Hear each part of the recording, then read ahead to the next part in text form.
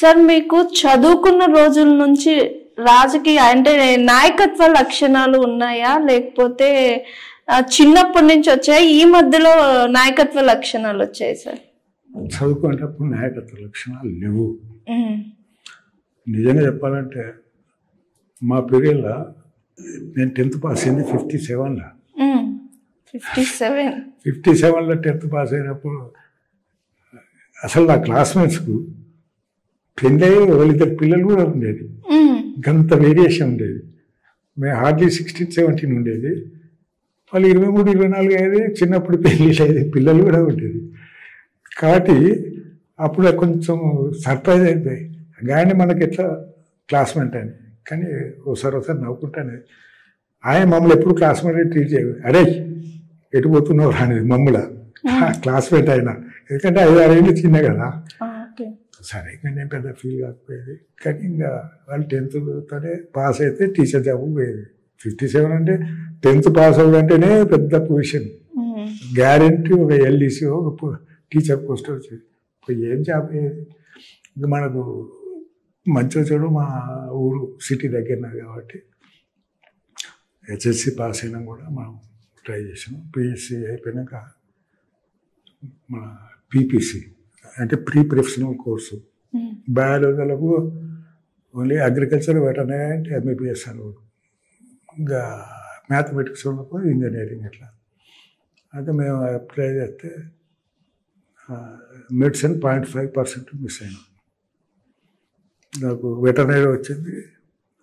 Veterinary చేసుకుని నాకు యాక్చువల్గా అగ్రికల్చర్ పోవాలనుకున్నా. వెటర్నరీ వచ్చినాక వెటర్నరీ జాయిన్ అయినా. నాకు అగ్రికల్చర్ వచ్చింది కానీ నాకు హైదరాబాద్ అది లిస్ట్ పెట్టేది మనం వరంగల్ ఉండేది. ఆ టైంలో హైదరాబాద్కి వస్తేనే పెద్ద అమెరికాకు పోయి వచ్చినట్టుండే. అందుకనే ఇన్ఫర్మేషన్ లేట్కి వచ్చి నేను అగ్రికల్చర్ జాయిన్ కాలేదు. లేకుంటే అగ్రికల్చర్ పోవాలని ఉండే ఇంట్రెస్ట్. ఎందుకంటే మన అగ్రికల్చర్ ఫ్యామిలీ కదా. సరే ఇంకా వెటర్నరీ వచ్చింది కాబట్టి ఇంకా వెటర్నరీ కంప్లీట్ అయినా. సరే ఇంకా మంచిగా చూడవు. ఇంకా వెటర్నరీ కాలేజ్ కూడా చాలా స్మూత్గా, అది ఉస్మానియా క్యాంపస్ ఉండే, స్మూత్గా జరిపోయింది. అయితే దాన్ని ఏమంటారు, ఆ వెటర్నరీ కాలేజీలోనే నేను నాకు స్పోర్ట్స్ పర్సన్గా ఒక ఐడెంటిఫికేషన్ వచ్చింది. మెడిసిన్, ఇంజనీరింగ్ ఇట్లా వెటర్నరీకి వచ్చేటప్పుడు కొంచెం మంచి స్టూడెంట్స్, హార్డ్ వర్కింగ్. జనరల్గా వాళ్ళు ఈ స్పోర్ట్స్కి పోరు. స్పోర్ట్స్కి పోతే ఏం దొరికైనా స్పోర్ట్స్ గేమ్స్ ఆడితే తినగానే పడుకుంటాడు. కాబట్టి వాళ్ళకు మార్క్స్ ఎక్కువ రావు. అట్లా నేను వెటర్నరీ అయినాక నేను ఒక స్పోర్ట్స్ పర్సన్ తరగతి ఐడెంటిఫై అయింది. సెకండ్ ఇయర్లో నేను కాలేజ్ ఛాంపియన్ అయినా, స్పోర్ట్స్ సెక్రటరీ ఉంటుంది. సో అలా నాయకత్వ లక్షణాలు అయితే నాయకత్వ లక్షణాలు ఓన్లీ స్పోర్ట్స్ వెటర్నరీలో సెకండ్ ఇయర్ అప్పుడు వచ్చింది. సార్ ఇప్పుడు రాజకీయాల్లో మీ ఫ్యామిలీ నుంచి మీరే ఉన్నారా, లేదంటే ముందు నుంచి మీ ఫ్యామిలీ రాజకీయాల ఫ్యామిలీనా? లేదు, మాది అగ్రికల్చర్ ఫ్యామిలీ. మాది పెద్ద ఫ్యామిలీ. మేము 5 అక్క చెల్లెళ్ళు, 5 అనంతపురం. మాకు ఏం పాలిటిక్స్ లేదు, ఈవెన్ సర్పంచ్ కూడా లేకుండా. అయితే మా నాన్న police Patel. Police Patel is different, official అన్నట్టు. జీతం నెలకు 5-10 వచ్చేది. కానీ ఆ ఊర్లో ఏ ప్రాబ్లం అయినా పోలీస్ స్టేషన్కి అది చేసేటట్టుండే. కానీ ఈజ్ నాట్ ఏ పాలిటిషియన్. అప్పుడు MBS లేకుండే ఇక్కడ. అందుకని నేను వెటర్నరీ డాక్టర్ కాగానే రిపోర్ట్ చేశాను డిపార్ట్మెంట్లో. అయితే వెటర్నరీ డాక్టర్గా నాకు ములుగులో ఇచ్చాను పోస్టింగ్స్. ఇంకా ములుగు అంటే అప్పుడు ఫారెస్ట్ ఏరియా, బస్సులు మాత్రం తక్కువ ఉండేది. అప్పుడు నాకు తెలిసినంత వరకు ములుగు నుంచి వరంగల్ రావాలంటే ఇద్దరికే ఉండే మోటార్ సైకిల్స్. ఇద్దరికి గవాలే. అప్పుడు సైకిల్ మోటార్ సౌండ్ అంటే వాళ్ళు ఇద్దరు ఇట్లా ఎవరు అనిపించింది. అంటే అప్పుడే బిగినింగ్ బైక్స్. అట్లా మనం బైక్ ఏం పోయేది. కానీ ములుగులో నేను ఏదైనా వెటర్నరీ వ్యాక్సినేషన్ కానీ, ట్రీట్మెంట్ కానీ ఏదైనా కావాలంటే నేను సైకిల్ పోయాను. అయితే నాకు ఒక అసిస్టెంట్ ఉంటాడు, అంటే అటెండర్ అనేది. వాడు ఆ బ్యాగు, ఏమైనా మెడిసిన్స్, ఏమైనా వ్యాక్సిన్స్ ఏమైనా ఉంటే అవి పట్టుకొచ్చేది, పోయేది, అలా పని చేసుకొని వచ్చేది. అట్లా నేను పెద్ద ఇన్సల్ట్ ఫీల్ కాలే. మంచి వచ్చాడు. నేను స్పోర్ట్స్ ఇంట్రెస్ట్, గేమ్స్కి ఇట్లా ఆడుతుంటాను కాబట్టి సైకిల్ ఏదో 10 కిలోమీటర్లు పోయి వచ్చాడు ఈజ్ నథింగ్ అనిపించింది. నాకు పెద్ద బాధ అనిపించకపోయేది. ఏమంటే సైకిల్ కిరాయి తీసుకొని పోయి వచ్చేది. అట్లా నేను వర్క్ కూడా ఎంజాయ్ చేసాను. సార్ ఇప్పుడు మీరు స్పోర్ట్స్ పర్సన్ అయి ఉండి స్పోర్ట్స్లో అంటే మంచి జాబ్స్ అంటే ప్రొఫెసర్గా కూడా చేశారు. అన్నీ వదిలేసి పాలిటిక్స్లోకి వచ్చేసి అదే ఎందుకు నేను ఈ తప్పు చేశాను, పాలిటిక్స్లోకి ఎందుకు వచ్చాను అన్న ఫీలింగ్ ఎప్పుడైనా అయిందా? నేను స్టూడెంట్ ఉన్నప్పుడు, స్టాఫ్ మెంబర్ ఉన్నప్పుడు నాకు ఇది ఏం రాలేదు. కాలేజీలో ఉన్నప్పుడు ఆ ప్రిన్సిపల్ శ్రీనివాస్ నువ్వు ఈ స్పోర్ట్ చూసుకో, ఈ ఐటమ్ చూసుకో, ఈ టీంతో తిరుపతి పో, బాపట్ల పో అని చెప్పేది తప్ప అవునపోయేది. నేను కూడా ఎందుకో పిల్లలతో పోతే ఎంజాయ్ చేసేది. వాళ్ళతో కూడా నేను కొంచెం ఫ్రీగానే ఉండేది. ఎప్పుడైనా ఎవడన్నా గట్టిగా మాట్లాడితే తప్ప లేకుంటే ఫ్రీగా ఉండేది. అందుకనే ఇంకా నాకు వెటర్నరీ నుంచి స్పోర్ట్స్కి పోవాల్సినంత పెద్ద స్పోర్ట్స్ పర్సన్ కాదు. ఓకే.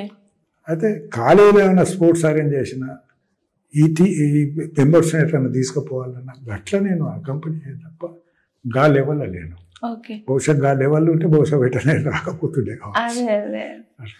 సార్ మీరు ఎమ్మెల్సీ కూడా చేశారు, అది ఎలా వచ్చింది?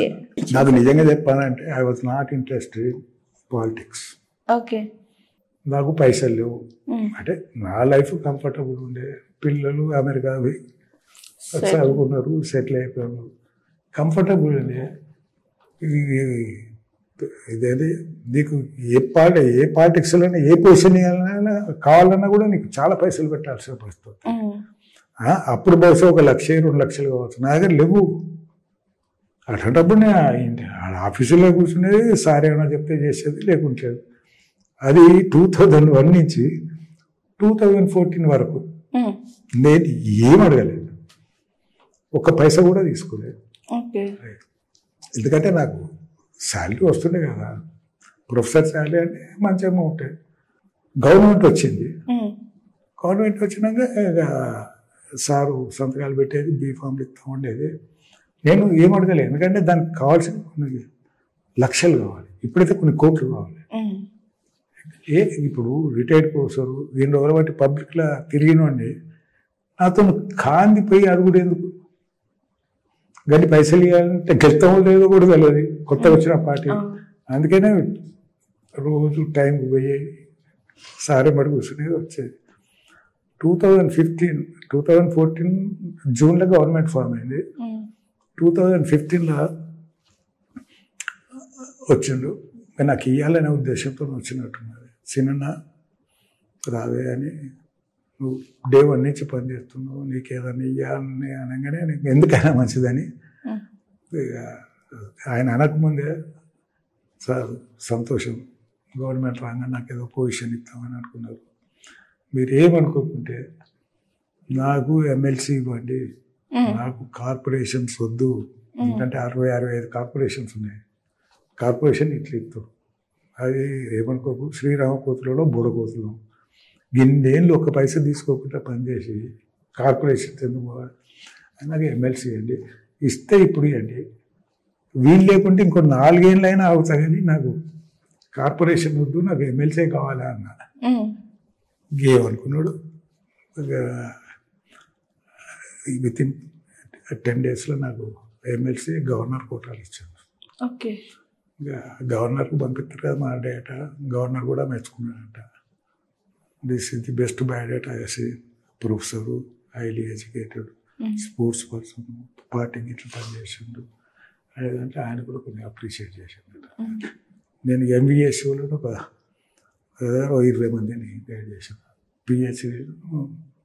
పిహెచ్డి మా డిపార్ట్మెంట్ లేదు కానీ మైనర్ గైడ్గా 1-2 గైడ్ చేసిన. This is the best biodata నేను, నాకు అంతకంటే ఏం కావాలి. అయితే అది 15లో వచ్చింది, 21లో రిటైర్డ్ అయింది. 6 years స్టార్. ఇంకా ఇప్పటికీ చాలామంది అంటారు నువ్వు ఇంకోసారి అడుగుతుంది అంటే కరెక్టే.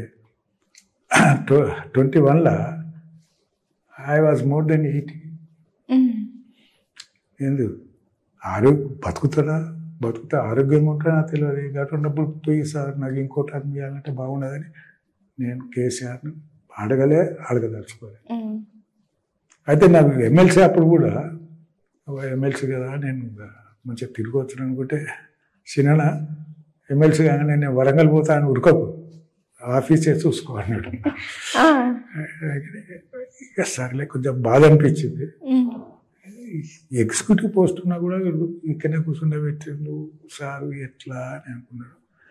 అన్నాక 2-3 నెలలకే కేసీఆర్ఏ డిసిషన్ ఎమ్మెల్సీలు they are not suppose to interrupt the administration of MLAs. MLAs are supreme అన్నట్టే చెప్పిండు కాన్సెన్స్. కాబట్టి మీరు ఏళ్ళు పెట్టగా అప్పుడు నాకు మంచిగా అనిపించింది. అయిపోతే ఎంబడి తిరుగుడు పబ్లిక్ కనపడడు తప్ప మా డిసిషన్ ఏముంటుంది కదా. అట్లా నాకు బాగా అనిపించింది. నేను ఎప్పుడూ ఎమ్మెల్సీ రాలేదు కదా అని బాధపడలేదు. 6 years ఎంజాయ్ చేసిన. కేసీఆర్ గారు చెప్పినట్టు ఆఫీసులో కూర్చున్నా. అంతకుముందు చేసేదే ఇప్పుడు ఎమ్మెల్సీగా చేసిన, అంతే డిఫరెంట్ నేను చేసిన. Hi, this is Swathi. Like చేయండి, షేర్ చేయండి, కమెంట్ చేయండి అండ్ సబ్స్క్రైబ్ చేయండి GR TV. Hi, this is Monica. Please like, share and subscribe GR TV.